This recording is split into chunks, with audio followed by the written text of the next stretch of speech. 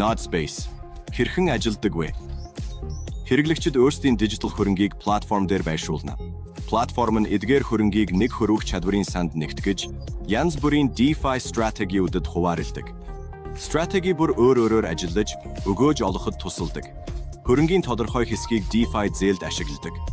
Зээлдэгчдэд крипто барьцаа хөрөнгөөр санхүүжилт олгож, хүүгийн орлого нь платформын орлогын нэг хэсэг болдог. Өөр нэг хэсгийг өөр DeFi стратегиудад байршуулж, хүү эсвэл токен хэлбэрээр өгөөж авчирдаг. Хөрөнгийг мөн төвлөрсөн бус биржүүдийн хөрвөх чадварын санд хуваарлж, хэрэглэгчид арилжааны шимтгэлээс хувь хүртэх боломжтой. Платформ нь блокчейн экосистемд оролцож, шинэ төслийн хуваарлалтаар нэмэлт токен авах боломжтой. Мөн блокчейн сүлжээг дэмжиж, сүлжээний оролцооны шагнал авдаг зангилаануудыг ажилуулдаг. Хөрөнгийн зарим хэсгийг стейкинг ашиглаж, блокчейн сүлжээний аюулгүй байдлыг хангахад туслахын зэрэгцээ шагнал авдаг.